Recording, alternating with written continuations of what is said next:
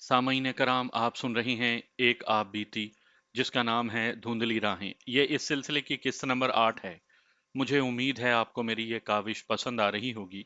आपने अगर अभी तक मेरा चैनल कहानी घर सब्सक्राइब नहीं किया तो अभी मेरे चैनल को सब्सक्राइब करके बेल नोटिफिकेशन ऑन कर लीजिए ताकि आने वाली हर नई कहानी की इत्तला बर वक्त आप तक पहुंच सके। कहाँ है वो? गुलशन आरा ने ताजे से पूछा। चला गया है, ताजे ने जवाब दिया। तुम्हारे नवाब ने उस पर यह शक किया है कि तुम्हें उसने कैद खाने से फरार करवाया है। नवाब ने उसे धमकी भेजी है कि गुलशन आरा को महल में वापस भेज दो, वरना गुलशन भी और तुम भी किसी को फिर कभी नजर नहीं आओगे। उसने क्या जवाब दिया? मैंने पूछा। जवाब देने के लिए ये मेरे पास आया था, ताजे ने जवाब दिया। क्या ये तुम्हारी जबानी जवाब देना चाहता है? ये उस धमकी का जवाब ज़बानी नहीं देना चाहता। ताजे ने कहा, ऐसी बातें हम किसी को बताया नहीं करते सिकंदर, लेकिन तुम्हें इसलिए बता रहा हूं कि तुम्हें मैं अपनी सारी उम्र का साथी बनाना चाहता हूं। अगर तुम्हारा दिल माने तो हमारे साथ चले चलना। हमीदुल्लाह नवाब को यानी अपने बाप को कत्ल करना चाहता है, लेकिन मैंने उसे रोक दिया है। महल के अंदर जाकर नवाब को कत्ल करना आसान काम नहीं। अगर उसे कत्ल कर भी दिया जाए तो नवाब की अपनी और अंग्रेजों की पुलिस से कातिल का बचना मुमकिन ही नहीं। पुलिस सबसे पहले हमीदुल्लाह को पकड़ेगी। वो दो आदमी जो नवाब का पैगाम हमीदुल्लाह के पास लाए थे, हमीदुल्लाह को पकड़वा देंगे। अब ये क्या करेगा? गुलशन आरा ने पूछा। ये नवाब का शिकार का मौसम है, ताजे ने कहा। नवाब बड़े शिकार का शौकीन है। यहाँ के जंगल में हिरन, चीतल, नीलगाय और धारीदार शेर हैं। 10-12 दिनों बाद नवाब शिकार खेलने जाएगा और 8-10 दिन जंगल में ही डेरा डाले रखेगा। उसके साथ बहुत से आदमी होंगे। जहां वो ठहरेगा वहां रात को भी पहरा होगा। हमीदुल्लाह उसके खेमे में दाखिल होने की कोशिश करेगा और मैं अपने 2 आदमियों के साथ उसकी मदद के लिए उसके साथ जाऊंगा। तुम क्यों उसके साथ जाओगे? क्योंकि हमीदुल्लाह मेरा दोस्त है, ताजे ने कहा।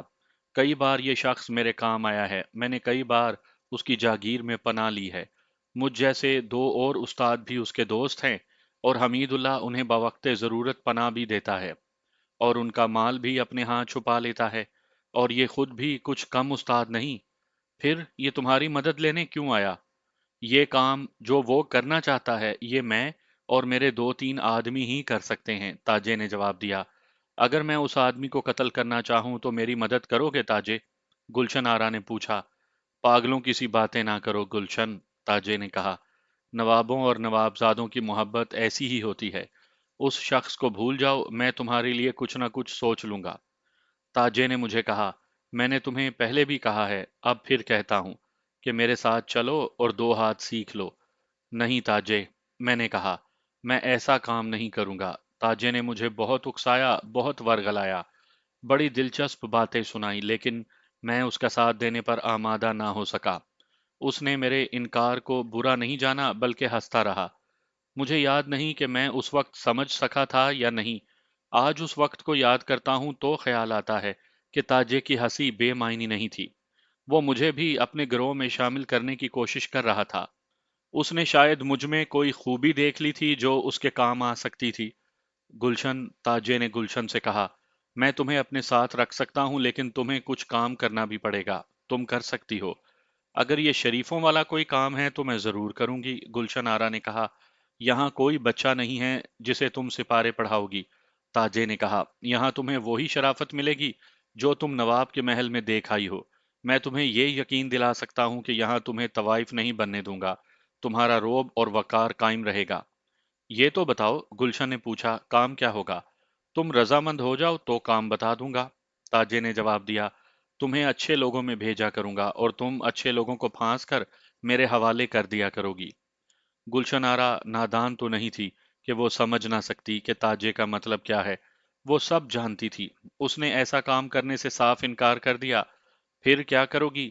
खुदा को याद करूंगी, गुलशन आरा ने जवाब दिया। ताजे ने अपने माथे पर जोर से हाथ मारा और जाने के लिए उठ खड़ा हुआ। मैं तुम्हें भटकने के लिए नहीं छोड़ूंगा गुलशन, ताजे ने जाते जाते कहा। शराफत को दिमाग से निकाल दो। और वो बाहर निकल गया। मैंने गुलशन को देखा, उसके आंसू बह रहे थे। 4-5 दिन और गुजर गए, हमारे मामूल में कोई तब्दीली नहीं आई। गुलशन आरा पहले से ज्यादा खामोशी और इबादत में डूबी रहने लगी। ताजा 2-3 मर्तबा हमारे पास आया और हर बार थोड़ी सी देर बैठकर चला गया। फिर वो ऐसा गायब हुआ कि 3-4 रोज के बाद वापस आया। उसने बड़ी दिलचस्प बात बताई। मैंने उससे अपनी दिलचस्पी के लिए कई बातें पूछीं। उसे हमीदुल्लाह का पैगाम मिला था कि नवाब शिकार पर चला गया है। वो जगह हमीदुल्लाह की जागीर से कमोबेश 20 मील दूर थी, और जिस गांव में हम थे वहां से हमीदुल्लाह की जागीर 10-11 मील दूर थी। ताजा अपने 2 आदमियों को साथ लेकर हमीदुल्लाह के पास गया। वहां से वो घोड़ों पर उस जंगल में गए जहां नवाब शिकार खेलने के लिए गया था और जहां उसे चंद रोज कयाम करना था। बड़े शिकार के लिए हांका कराया जाता है। 20-25 और कभी उससे भी ज्यादा आदमी फैल कर हाथों में कनस्तर और डंडे या ढोल लेकर आगे बढ़ते हैं और खूब शोर शराबा करते हैं। उस शोर से जानवर आगे ही आगे भागे चले आते हैं। शिकारी घोड़ों या हाथियों पर सवार होते हैं। वो अपने मतलब का शिकार मार लेते हैं। हमीदुल्लाह और ताजे ने अपने और अपने साथियों के घोड़े शिकारगाह से जरा दूर एक गहरी जगह बांध दिए। वो रात को वहां पहुंचे थे। अगले रोज सुबह सवेरे ताजे के दोनों आदमी उस इलाके के मजदूर के भेस में वहां चले गए जहां नवाब का खैमा था। हांका करने वाले आदमी वहां पहुंच गए थे। उन दोनों आदमियों ने भी नवाब के किसी आदमी की मिन्नत समाजत करके हांके की मजदूरी हासिल कर ली। वो दरअसल देख रहे थे कि नवाब की रिहाइश किस तरह की है और उसके इर्द गिर्द क्या खतरात हैं। ये उन्होंने देख लिया। फिर वो हांका करने वाले लोगों के साथ जंगल में चले गए और वहां से खिसक आए। उन्होंने ताजे और हमीदुल्लाह को बताया कि नवाब का खैमा बड़ा है और उससे तकरीबन 20-25 गज दूर 3 और खैमे हैं। उन खैमों से खासा हट कर कनातें और शामियाने लगे हुए हैं जो बावर्ची खाना है। उन्होंने ये भी बताया कि नवाब के बॉडीगार्ड भी उसके साथ हैं जो 6 से ज्यादा नहीं। उन्हें ये मालूम नहीं था कि रात को पहरा होता है या नहीं। आधी रात के बाद ताजा, हमीदुल्लाह और ताजे के 2 साथी छुपते छुपाते नवाब के खैमों के करीब चले गए। उस वक्त चांदनी बड़ी साफ थी। उन्होंने देखा कि खैमों के इर्द गिर्द 2 पहरेदार एक दूसरे से दूर दूर टहल रहे हैं। उनके पास बंदूकें थीं। ताजा पेट के बल रेंगता हुआ आगे चला गया। आगे झाड़ियां थीं। ताजा उनमें छुप गया। संतरी का रास्ता यही मालूम होता था। थोड़ी देर के बाद एक संतरी उसके आगे और बिल्कुल करीब से गुजरा। ताजे ने उसे गुजर जाने दिया। उसके कुछ देर के बाद दूसरा पहरेदार चला आ रहा था। वो ताजे के करीब से गुजरने के बजाय 10-12 कदम दूर से गुजरा। ताजे ने अपने सामने एक पत्थर फेंका। पहरेदार पत्थर की आवाज पर पीछे मुड़ा, लेकिन वहीं रुका रहा। ताजे ने एक और पत्थर अपने सामने फेंका। संतरी वहां तक आ गया और ताजे के बिल्कुल करीब रुक कर हर तरफ देखने लगा। जूं ही उसकी पीठ ताजे की तरफ हुई, ताजे ने फुर्ती से आगे होकर उसके दोनों टखनों को पकड़ा और पीछे खींचा। पहरेदार मुंह के बल गिरा। ताजा उछलकर उसकी पीठ पर जा चढ़ा और खंजर की नोक उसकी गर्दन पर रखकर जरा सी दबाई और उसे कहा कि वो खामोश रहे और अपनी बंदूक उसके हवाले कर दे। ताजे के पास पूरा बंदोबस्त था। उसने अपने गले में डाला हुआ बड़ा सा रुमाल उतार कर पहरेदार के मुंह में डाला और गर्दन के पीछे गिरा लगा दी। उसके दोनों आदमी कुछ दूर पीछे तैयार थे। ताजे ने मुंह से उल्लू की आवाज निकाली। उसके दोनों आदमी छुपते छुपाते उस तक पहुंच गए। उन्होंने उस पहरेदार के पांव और हाथ रस्सियों से बांध दिए। ताजे ने उस पहरेदार की बंदूक अपने एक आदमी को देकर कहा कि दूसरे पहरेदार को पकड़ो। हमीदुल्लाह पीछे छुपा हुआ था। ताजे का आदमी बंदूक उठाकर इस तरह चल पड़ा जैसे वो नवाब के मुलाजमों के गिरोह का आदमी हो। दूसरा पहरेदार आहिस्ता आहिस्ता टहलता जा रहा था। उसने अपने पीछे कदमों की आहट सुनी तो रुक कर पीछे देखा। वो समझा होगा कि ये उसका साथी है। ताजे का आदमी उसके करीब गया। तब पहरेदार ने देखा कि ये तो कोई और है। उसके मुंह से सिर्फ इतना निकला, कौन हो? बंदूक का बट उसके मुंह पर पड़ा। ताजे के आदमी ने उसे औंधे मुंह गिरा दिया और ताजे की ही तरह उसका मुंह बांधा, फिर उसके हाथ और पांव बांध दिए और उसकी बंदूक ले ली। दोनों बंदूकें ताजे के पास पहुंच गईं, जिनमें से एक हमीदुल्लाह ने ले ली। ताजे के आदमी खैमे के करीब खड़े रहे। ताजा और हमीदुल्लाह नवाब के खैमे तक पहुंच गए। हमीदुल्लाह को शक था कि नवाब के खैमे के बाहर 1 या 2 दरबान जरूर मौजूद होंगे। नवाब अपनी छोटी सी रियासत का शहनशाह था, इसलिए उसने अपनी हिफाजत का एहतमाम शहनशाहों जैसा कर रखा था। हमीदुल्लाह और ताजा खैमे के पिछवाड़े में जा रुके। ये आम किस्म का खैमा नहीं था, ये चौकोर खैमा था। हमीदुल्लाह जानता था कि ये अंदर से कितना खुशनुमा होगा, और वो ये भी जानता था कि अंदर नवाब अकेला नहीं होगा, उसके साथ एक जवान औरत का होना लाजमी था। ताजे ने हमीदुल्लाह को बताया कि किस तरह आगे बढ़ना है। खैमे का दरवाज़ा दूसरी तरफ था। ताजे की स्कीम के मुताबिक दोनों इस तरह दरवाजे की तरफ गए कि एक दाएं तरफ से और दूसरा बाएं तरफ से दबे पांव आगे बढ़ा। दरबान खैमे के दरवाजे के साथ स्टूल पर बैठा था और उसके हाथ में बर्छी थी। पहले हमीदुल्लाह आगे हुआ, दरबान ने उसे देखा तो बर्छी तान कर उसकी तरफ बढ़ा। वो इतना भी ना पूछ सका कि वो कौन है जो उसकी तरफ आ रहा है, क्योंकि ताजे ने पीछे से उसकी गर्दन अपने एक बाजू के शिकंजे में जकड़ ली थी। हमीदुल्लाह ने एक कपड़ा जो वो इसी मकसद के लिए लाया था, दरबान के मुंह से गुजार कर पीछे बांध दिया। फिर दरबान के हाथ और पांव भी बांधे गए। खैमे का दरवाजा कपड़े का था। खैमे में लालटेन जल रही थी, जिसकी बत्ती बहुत मध्यम थी। ताजा बाहर खड़ा रहा और हमीदुल्लाह खैमे के अंदर चला गया। पलंग पर नवाब गहरी नींद सोया हुआ था। उसके साथ मिले हुए पलंग पर एक बड़ी खूबसूरत और जवान औरत सोई हुई थी। हमीदुल्लाह ने लालटेन उठा ली थी और उसकी बत्ती ऊपर कर दी थी। उसने लालटेन एक तपाई पर रख दी और बंदूक की नाली से नवाब के पहलू में टहूका दिया। वो हड़बड़ा कर उठा। औरत भी जाग पड़ी और वो भी उठ बैठी। दोनों ने अपने सामने एक नकाब पोश को खड़े देखा, जिसके हाथ में बंदूक थी। हमीदुल्लाह ने दोनों को चुप रहने को कहा। खौफ से दोनों की आंखें बाहर को आ रही थीं। मुझे पहचान बूढ़े नवाब, हमीदुल्लाह ने अपने चेहरे से नकाब उतारते हुए कहा। हमीदुल्लाह, नवाब ने ऐसे लहजे में कहा जिसमें हैरत भी थी और मुसर्रत भी। कहने लगा, तुम तो मेरे अजीज बेटे हो, आओ बैठो।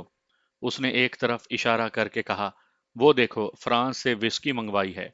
उसने औरत से कहा, उठो और मेरे बेटे को विस्की पिलाओ। मैं विस्की पीने नहीं आया मेरे बूढ़े बाप, हमीदुल्लाह ने बंदूक की नाली उसके और करीब करके कहा। मैं तुम्हारे पैगाम और धमकियों का जवाब देने आया हूं। बता, तुझे मेरे हाथ से कौन बचा सकता है?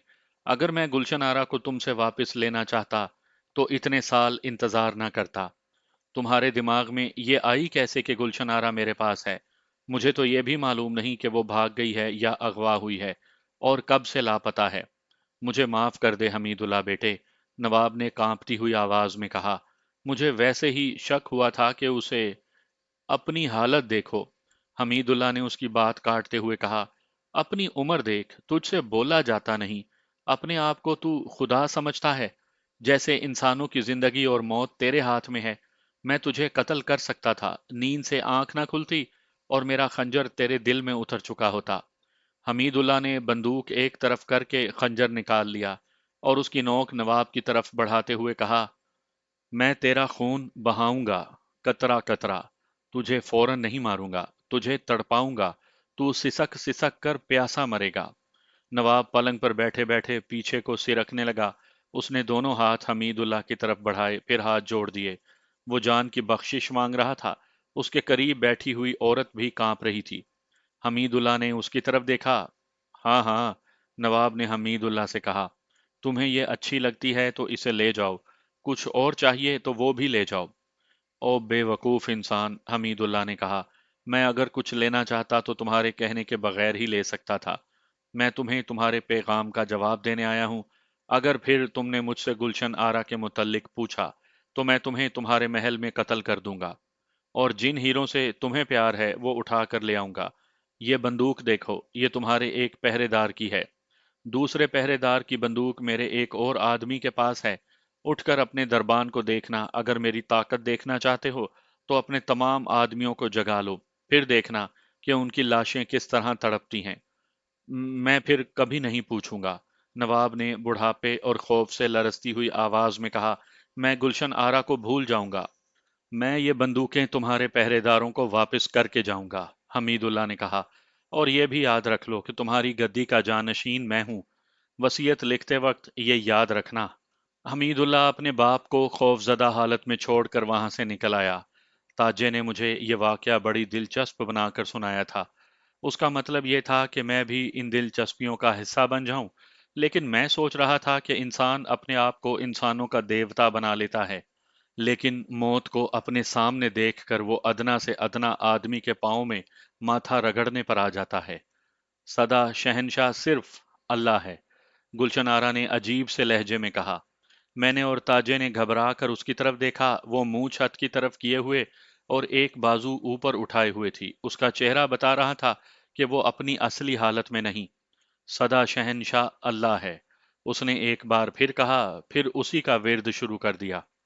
इंसान कमजोरियों का पुतला है, वो अपने आप को नवाब से भी ज्यादा ताकतवर बना लेता है, लेकिन सिर्फ एक कमजोरी, खा वो एक ख्याल की सूरत में ही सामने आए, उसे घुटनों के बल बिठा देती है। मैं तो कुछ भी नहीं था। मैंने अपनी पुरस्रार ताकत को समझने की कभी भी कोशिश नहीं की थी।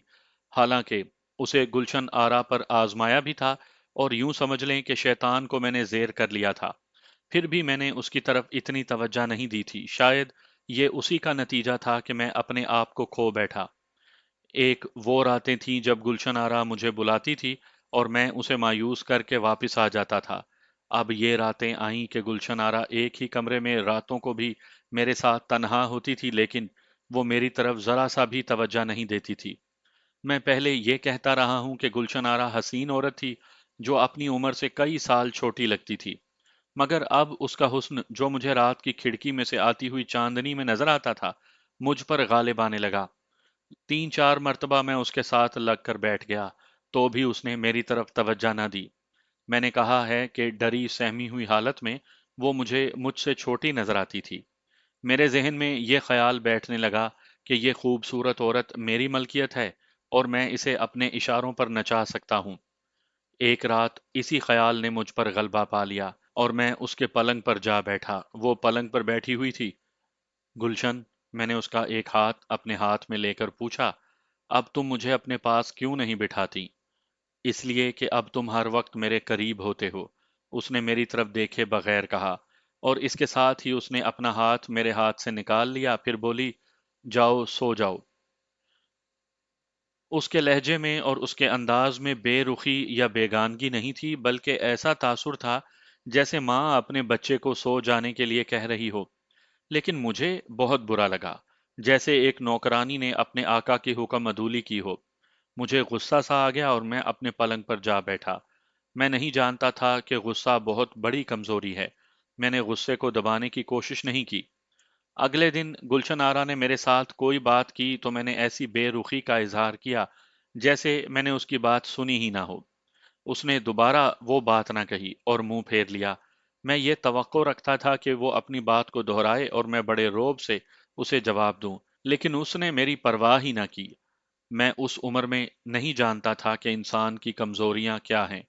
उम्र में बहुत आगे जाकर मुझे इंसानी फितरत की खूबियों और खामियों का पता चला था। गुलशन ने जब मेरी तरफ से मुंह फेर लिया, तो इंसानी फितरत की ये कमजोरी उभर आई कि मैं उस पर जाहिर करता कि वो मेरे रहमो करम पर है। उसी रात का जिक्र है, वक्त शायद आधी रात का होगा। हस्बे मामूल मेरी आंख खुली। गुलशन आरा इबादत से फारिग होकर उठी ही थी। गुलशन, मैंने हुक्म के लहजे में कहा, इधर आओ। वो इस तरह आहिस्ता आहिस्ता चलती मेरे पलंग के करीब आकर रुक गई, जैसे किसी पुरस्रार ताकत के जेर असर हो। बैठ जाओ, मैंने कहा। वो पलंग पर बैठ गई।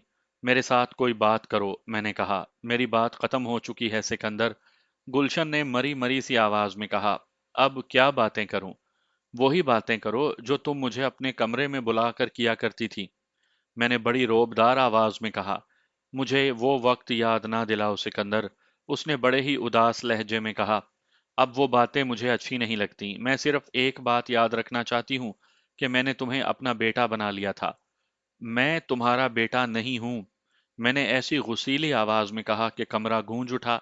उस नियत की बातें करो जिस नियत से तुम मुझे अपने कमरे में बुलाया करती थी। ना सिकंदर, उसने बड़े अच्छे लहजे में कहा, ऐसी बातें नहीं किया करते। मुझ पर ना जाने क्या असर हो गया था। जहन में यही एक ख्याल तड़पने लगा कि गुलशन आरा मेरे साथ उसी तरह की बातें करे, लेकिन वो उन बातों की तरफ ना खुद आती थी, ना मुझे आने दे रही थी। वो उठ खड़ी हुई। कहाँ जा रही हो? मैंने उसे अपनी लोंडी समझते हुए पूछा। इन बातों से बहुत दूर जा रही हूँ, उसने जवाब दिया। फिर झुककर मेरे सर को चूमा, मेरे सर पर हल्की सी थपकी दी और अपने पलंग पर जा बैठी। अचानक मेरे वजूद के अंदर बगोले उठने लगे और मुझे यूं महसूस होने लगा जैसे उन बगोलों की लपेट में आकर चक्कर खाता हुआ दूर ऊपर जा रहा हूं। پھر اپنے وجود میں ہی ایک دھماکا سا ہوا، جیسے میں دور اوپر آسمان سے زمین پر آ پڑا ہوں۔ شرمندگی اور پچھتاوے کے احساس نے مجھے تڑپا دیا۔ گلشن آرا پلنگ پر جا کر لیٹ گئی۔ مجھے اس پر رشک آنے لگا کہ وہ کتنی پرسکون ہے، اور میں نے اپنا سکون تباہ کر لیا ہے۔ میرے جی میں آئی کہ میں اس سے جا کر معافی مانگوں اور اسے کہوں کہ ایک بار پھر میرا سر چومو اور میرے سر پر تھپکی دو۔ وہ آرام اور سکون سے سو گئی، مگر میں سو نہ سکا۔ وہاں میرے لیے مشکل یہ تھی کہ میں اس گھر سے باہر نہیں جا سکتا تھا۔ باہر کی آوازیں سنائی دیتی تھی۔ یہ چھوٹے سے اس گاؤں کے لوگوں کی اور مویشیوں کی آوازیں ہوتی تھیں۔ یہ سب لوگ تاجے کے جاسوس اور چوکیدار تھے۔ ان لوگوں کے ساتھ تاجے کا سلوک اتنا اچھا تھا کہ وہ رات دن خیال رکھتے تھے کہ تاجا پکڑا نہ جائے۔ یہ باتیں مجھے تاجے کے ان دو آدمیوں نے بتائی تھیں جو ہمارے ساتھ رہتے تھے۔ اگر میں باہر نکل سکتا تو میری دلچسپیاں کچھ اور بھی ہو جاتی، اور میرے ذہن میں یہ گھٹن سی پیدا نہ ہوتی۔ ایک ہی کمرے میں یا ایک ہی مکان میں بند رہ رہ کر خیالات محدود سے ہو گئے اور طبیعت میں جھنجھلاہٹ پیدا ہو گئی تھی۔ اس بند اور محدود ماحول کا مزاج پر بڑا اثر پڑ رہا تھا۔ دوسرے دن گلشن آرا کا رویہ ایسے رہا جیسے اسے یاد ہی نہ ہو کہ رات میں نے اس سے کوئی ناگوار بات کہی تھی۔ اگر تھوڑی سی دیر کے لیے میرے پاس بیٹھ جاتی اور یہی کہہ دیتی کہ میں نے رات کو جو باتیں کی تھیں وہ اچھی نہیں تھی، تو میری یہ حالت نہ ہوتی۔ گلشن آرا میرے سامنے کبھی کمرے میں اور کبھی صحن میں آہستہ آہستہ ٹہلتی رہی۔ کبھی وہ لیٹ جاتی اور زیادہ تر وقت وہ عبادت میں گزارتی۔ اس روز بھی اس نے اپنا یہی معمول جاری رکھا۔ میں اس سے معافی مانگنا چاہتا تھا، لیکن اس کا یہ رویہ دیکھا تو مجھے پھر غصہ آنے لگا۔ میں نے غصے پر قابو پائے رکھا اور دن اسی کشمکش میں گزر گیا۔ اگلے روز میری ذہنی اور جذباتی حالت ایسی ہو گئی کہ گلشن آرا کو دیکھ کر مجھے غصہ آ جاتا، اور کبھی شرمندگی کا احساس مجھے پریشان کرنے لگتا۔ میرے اپنے ہی خیالات مجھ پر واضح نہیں ہو رہے تھے، نہ مجھے یہ پتا چل رہا تھا کہ میں چاہتا کیا ہوں۔ صرف یہ خیال واضح تھا کہ گلشن آرا مجھے پہلے سے زیادہ خوبصورت نظر آتی ہے، اور یہ بھی کہ وہ میرے رحم و کرم پر تھی۔ مجھے اس کی عبادت اور خاموشی بری لگنے لگی تھی۔ اسی شام تاجا آ گیا۔ وہ جلدی میں تھا۔ اس نے بتایا کہ وہ دونوں آدمیوں کو ساتھ لے کر جا رہا ہے۔ آج رات تم دونوں اکیلے رہو گے؟ اس نے کہا، ڈرنا نہیں، اگر پولیس نے چھاپا مارا تو تم دونوں کو پہلے یہاں سے نکال دیا جائے گا۔ میں نے پورا بندوبست کر دیا ہے۔ کل دوپہر تک یہ دونوں آدمی اگر زندہ رہے تو واپس آ جائیں گے، نہیں تو کوئی نہ کوئی آ کر تمہیں یہاں سے لے جائے گا۔ میں نے ذرا سا بھی ڈر اور خوف محسوس نہیں کیا۔ تاجا اور اس کے آدمی چلے گئے۔ رات وہی وقت تھا جب میری آنکھ کھلی۔ گلشن آرا فرش پر دوزانوں بیٹھی ہوئی تھی اور اس کے ہاتھ دعا کے لیے پھیلے ہوئے تھے۔ پھر وہ اٹھی اور پلنگ پر لیٹ گئی۔ میں اٹھا اور اس کے پلنگ پر جا چڑھا۔ وہ ہلکی سی ہنسی ہنس پڑی۔ میں جانتی ہوں تم ڈرتے ہو، اس نے کہا۔ تم بکواس کرتی ہو، میں نے گرجتی ہوئی آواز میں کہا۔ آج میں تمہیں بتاؤں گا کہ میں بچہ ہوں یا جوان مرد۔ میں اس پر جھپٹ پڑا۔ میں وحشی بن چکا تھا۔ مجھ پر حیوانیت غالب آ گئی تھی۔ گلشن آرا اب میری نظر میں ایک خوبصورت عورت تھی۔ خیال جو مجھ پر واضح نہیں ہو رہا تھا اچانک واضح ہو کر سامنے آ گیا۔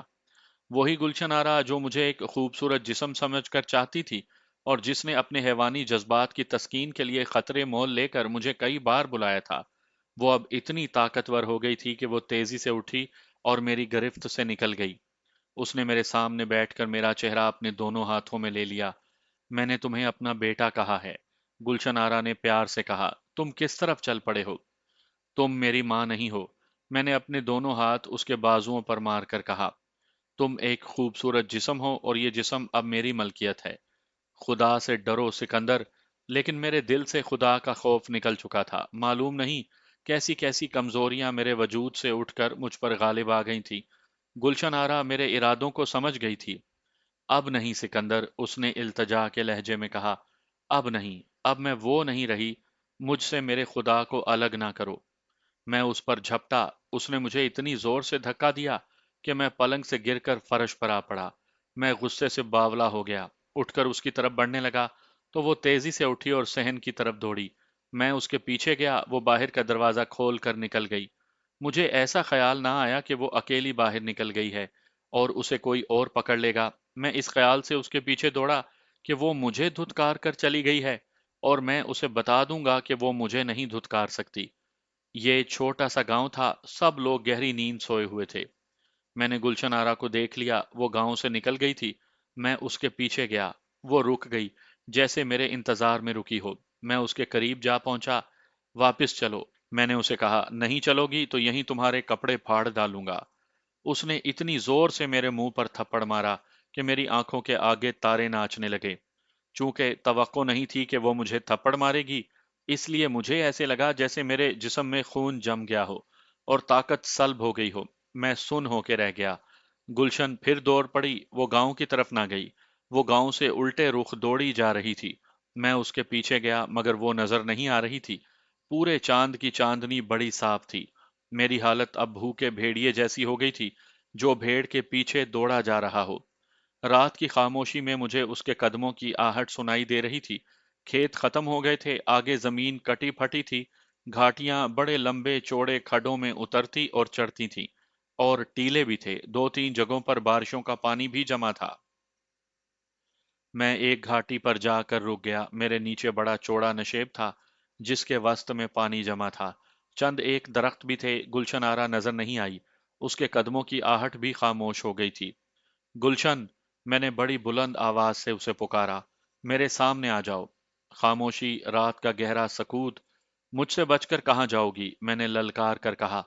मुझे कदमों की आहट सुनाई दी और कुछ दूर आगे गुलशन आरा जमीन से उभरी। वहां भी खड़ था, जिसमें वो छुप गई थी और मेरी ललकार पर निकल भागी थी। मैं जिस चौड़े नशेब पर खड़ा था, उसमें उतरने और आगे जाने के बजाय मैं उसके किनारे पर दौड़ पड़ा।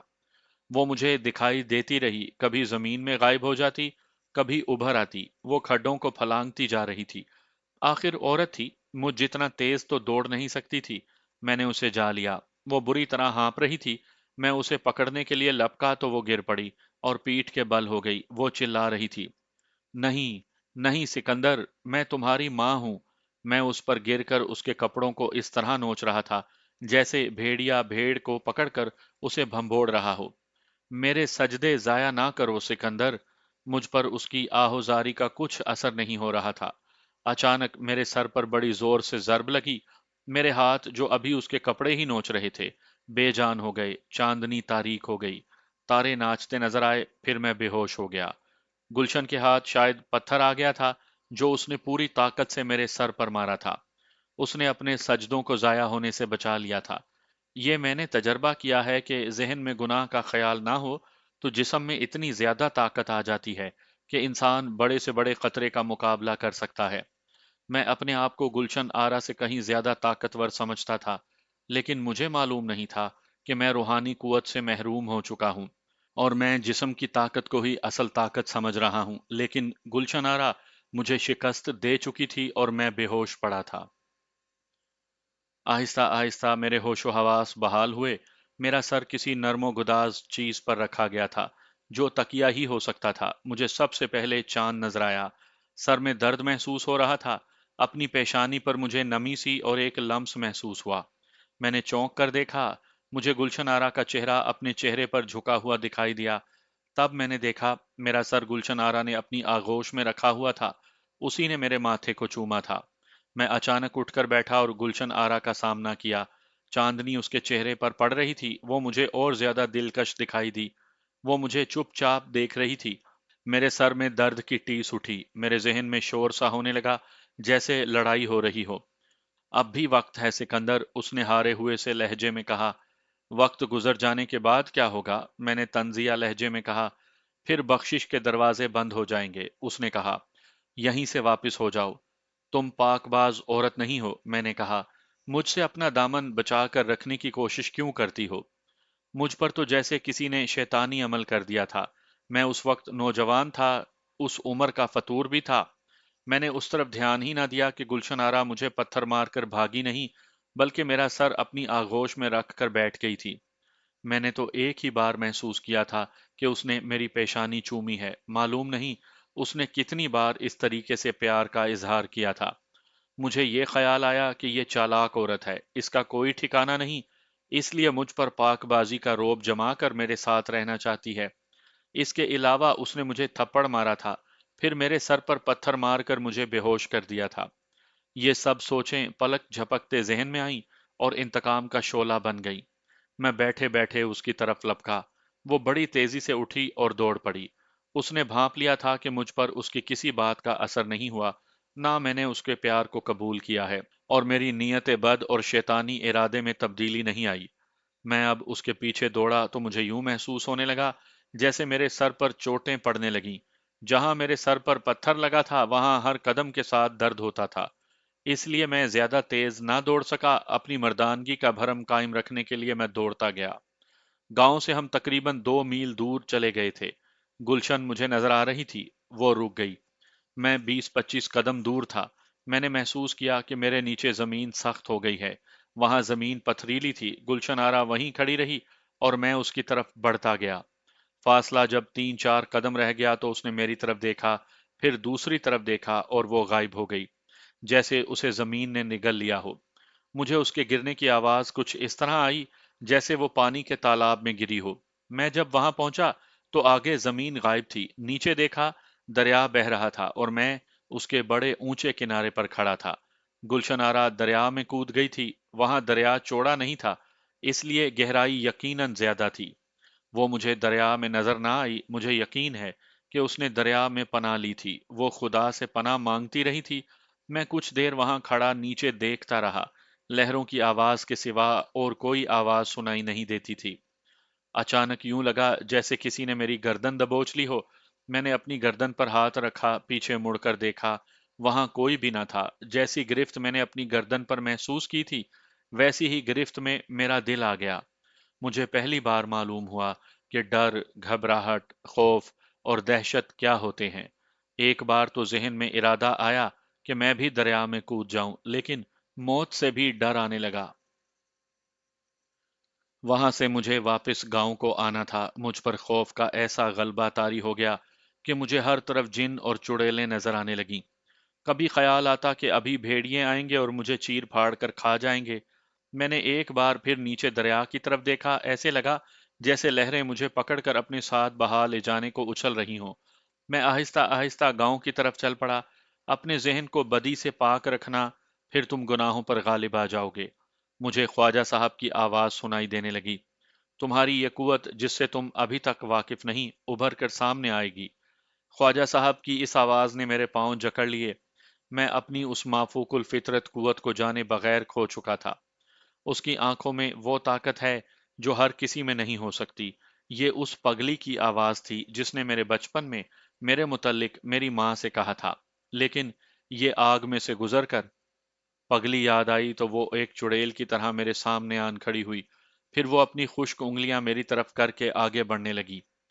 تم نے مجھے جھٹلا دیا ہے، اس نے چڑیلوں کی طرح دانت باہر نکال کر کہا۔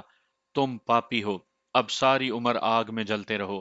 میں نے اپنی آنکھوں پر ہاتھ رکھ لیے اور وہیں بیٹھ گیا۔ پھر میں نے آہستہ آہستہ آنکھوں کے آگے سے انگلیاں ہٹائیں۔ پگلی وہاں نہیں تھی، لیکن میرا دل کانپ رہا تھا۔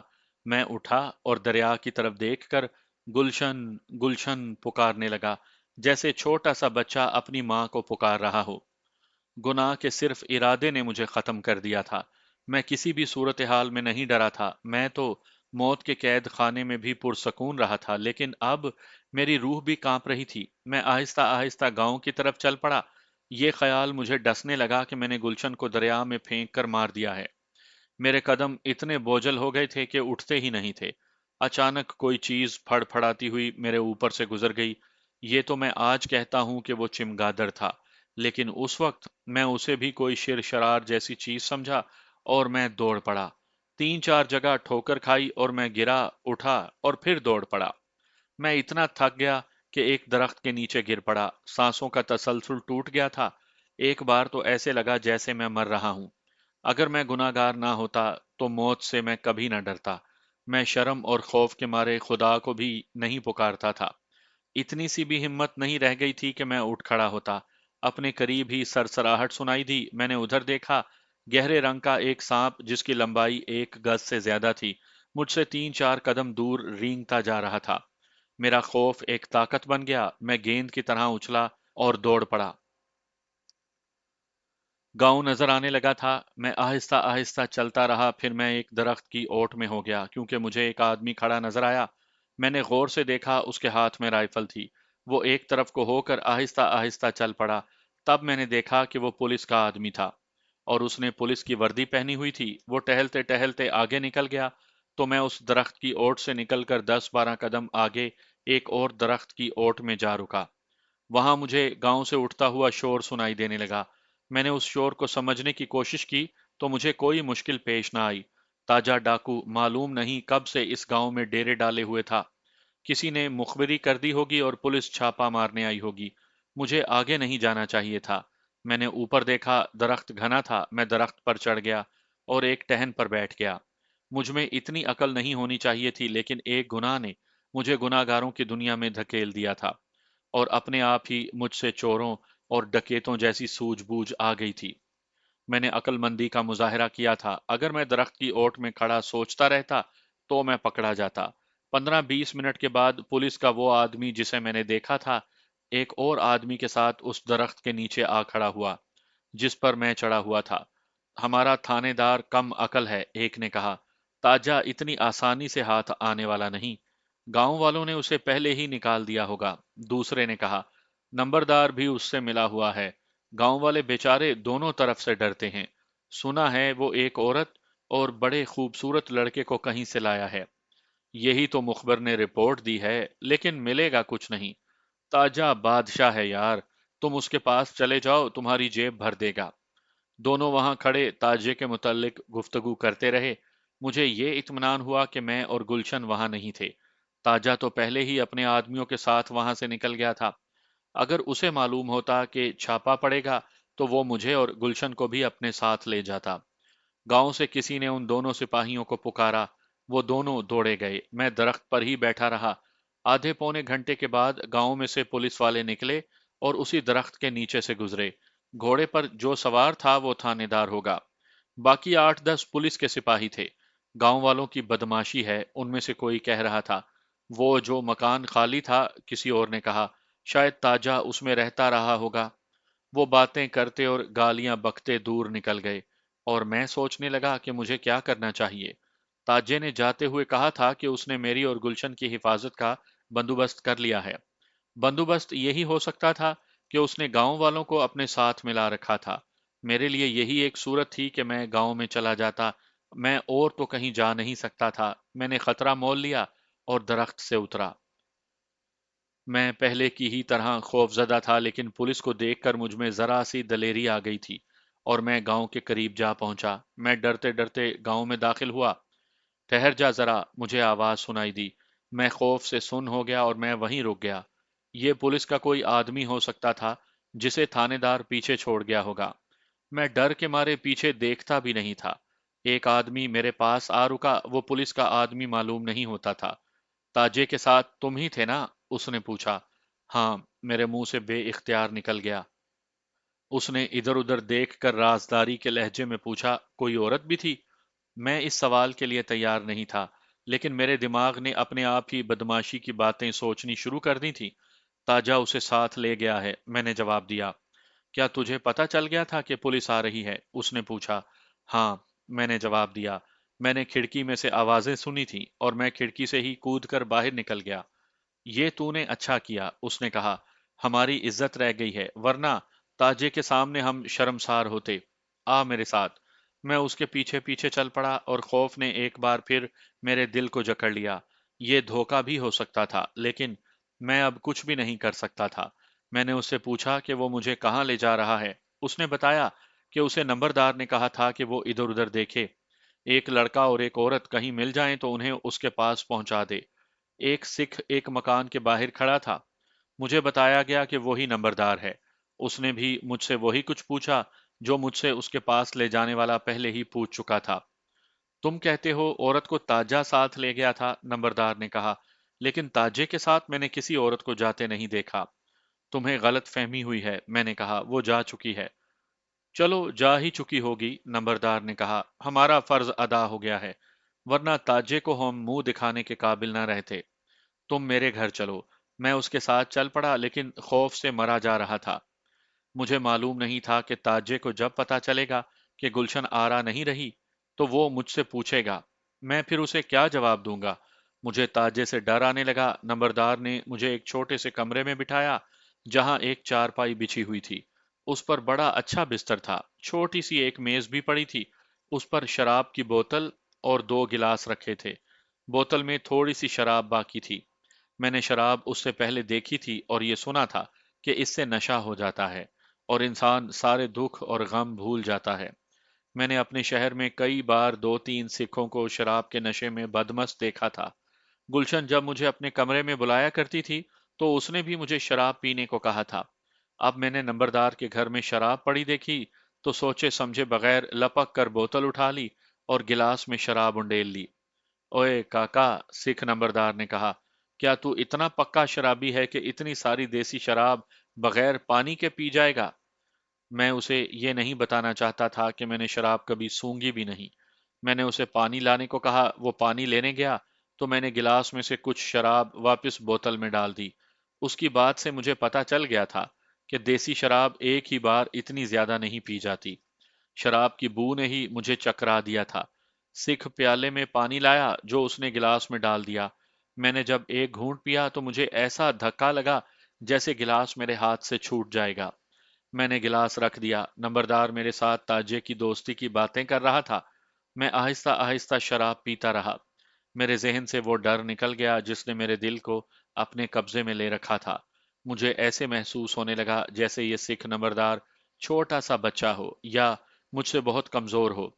مجھے یاد نہیں کہ میں نے کیسی کیسی باتیں کی۔ اتنا یاد ہے کہ سکھ میری باتیں سن کر ہنستا رہا۔ شراب میں یہی وصف ہے کہ گناہگاروں کو نیا حوصلہ اور نیا ولولہ دیتی ہے۔ اس نے مجھے ایسی جرأت دی کہ میں اپنے آپ کو دنیا کا بادشاہ سمجھنے لگا۔ مجھے پتا ہی نہ چلا اور میں گہری نیند سو چکا تھا۔